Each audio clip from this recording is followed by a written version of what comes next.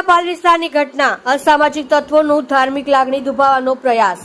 સુરતના પાલ વિસ્તારમાં વિવાન્ટા મોલ પાસે મણિભદ્ર રેસીડેન્સી નજીક ગાયનું કપાયેલું ગળું જાહેરમાં નાખવામાં આવ્યું। અસામાજિક તત્વોના આવા કૃત્યથી જૈન સંપ્રદાયની લાગણી દુભાઈ। જૈન મુનિ દ્વારા ગાયનું ગળું કાપનાર સામે કાર્યવાહીની માંગણી કરવામાં આવી। તમે જોઈ રહ્યા છો live India Today news channel. Reporter Manujbhai સાથે કેમેરામેન રમેશભાઈ જયસ્વાલની સાથે।